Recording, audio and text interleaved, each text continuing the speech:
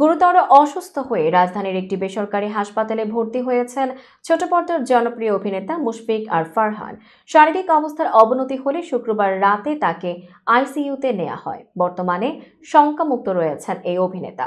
সংবাদ মাধ্যমে বিষয়টি নিশ্চিত করেছেন মুশফিক আর ফারহানের মামা আব্দুল্লাহ মামুন। তিনি জানান, ফারহানের ভাইরাল ফিভার হয়েছে, বাড়তি সতর্কতার জন্য আইসিইউতে পর্যবেক্ষণ করা হচ্ছে। তবে বর্তমানে তার শারীরিক অবস্থা আগের চেয়ে ভালো হয়েছে। অভিনেতার ঘনিষ্ঠ এক সূত্র জানায়, রাতে শুটিং শেষে বাড়িতে ফেরার প্রস্তুতি নিচ্ছিলেন ফারহান।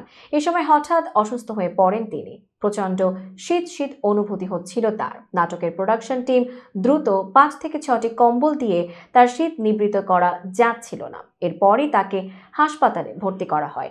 হাসপাতাল সূত্র বলছে, অভিনেতা মুশফিক আর ফারহান জ্বর ও শরীর ব্যথা নিয়ে এসেছিলেন, কিন্তু তার শারীরিক অবস্থার অবনতি হলে তাকে আইসিইউতে নেওয়া হয়।